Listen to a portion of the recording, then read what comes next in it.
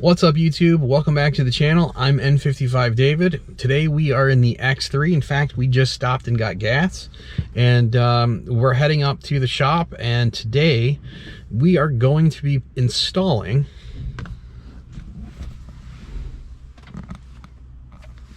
got a little box there from VRSF.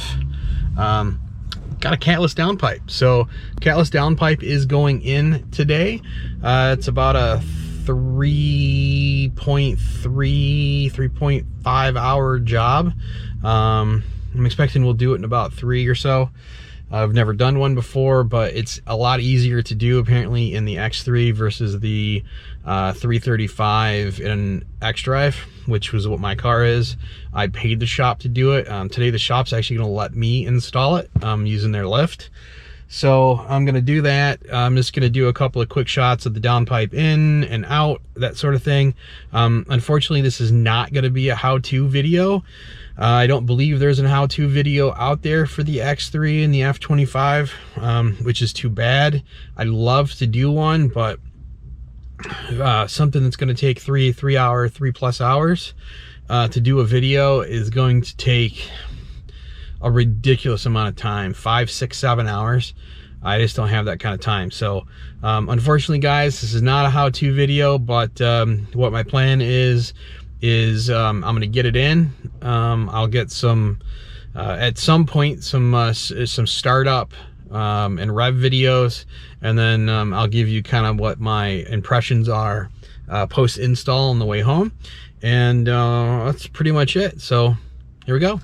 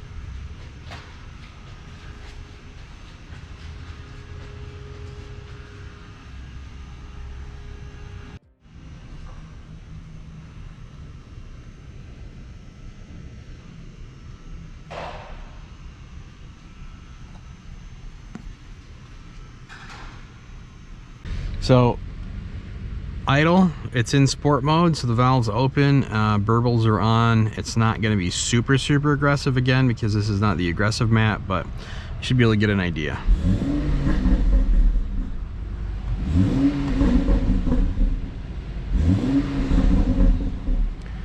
So I got it set to when you're not in sport, it won't have really any burble. So I'll put it back into eco, and it should close that valve. So here's the difference in sound.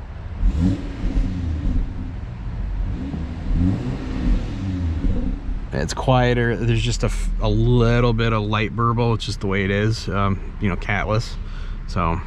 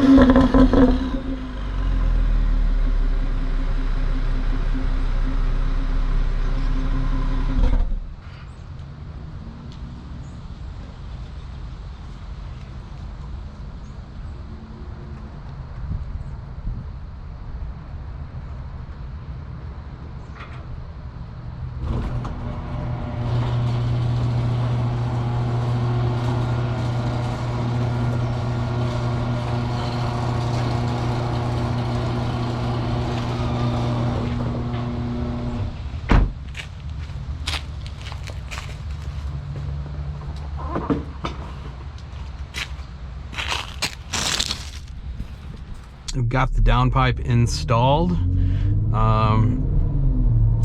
Couple of notes is it was about a 3-hour job. I'd never done a downpipe on a BMW before, and while it really wasn't that hard to do on the X3, there was a couple of things that were difficult and a little bit time consuming.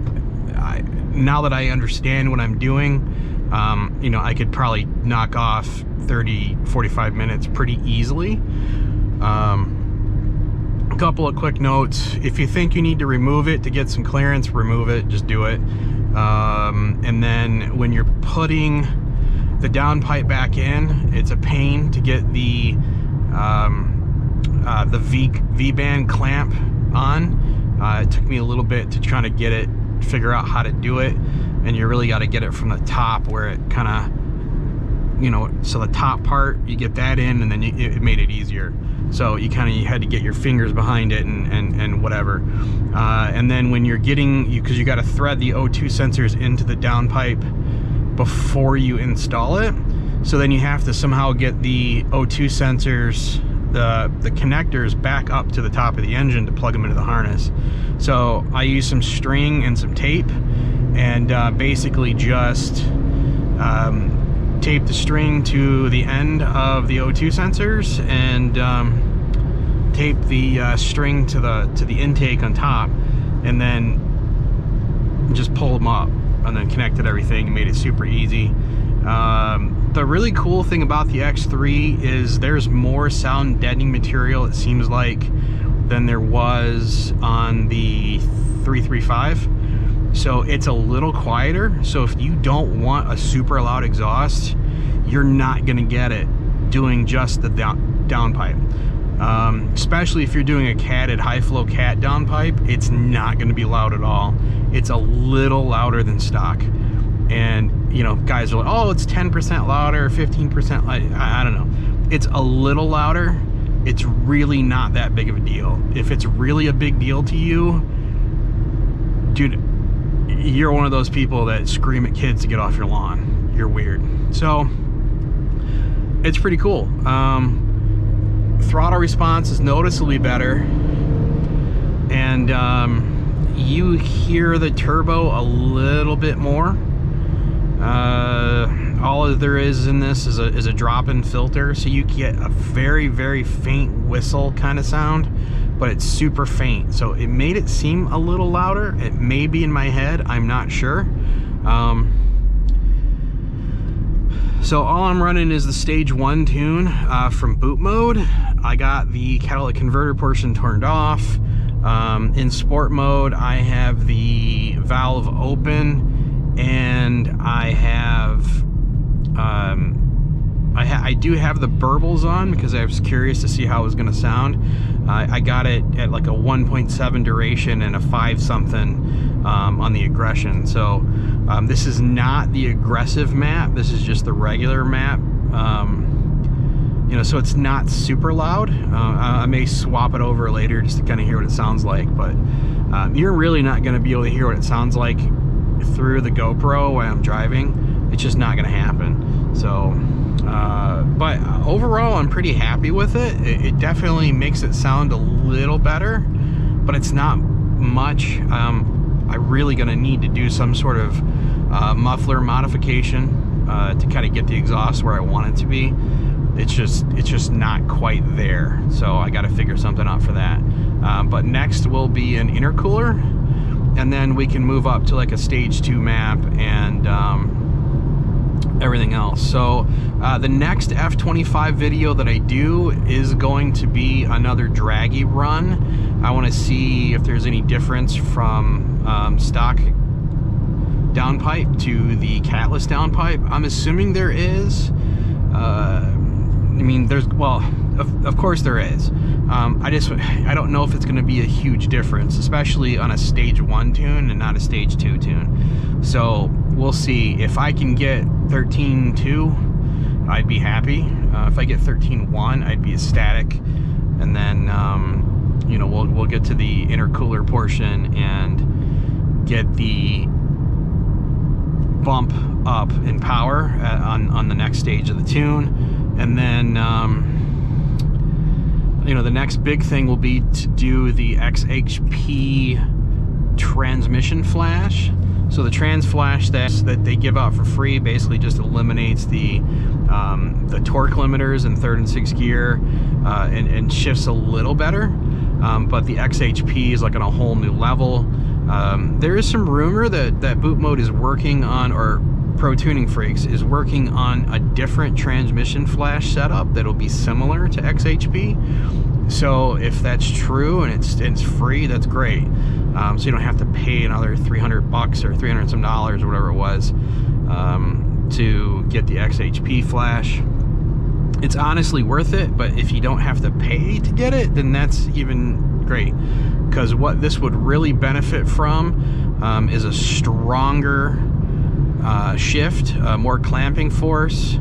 The rev match on the downshift that you can get with XHP is awesome fun, and you can adjust the launch control. So being able to change the launch control settings is huge in ET for these vehicles, just in general. All the F and G chassis cars, just being able to change the launch controls, it's a massive ordeal. So totally worth it. So I'm really happy with how it turned out. I need a little bit more sound, but I'm pretty happy with it. You can definitely hear it.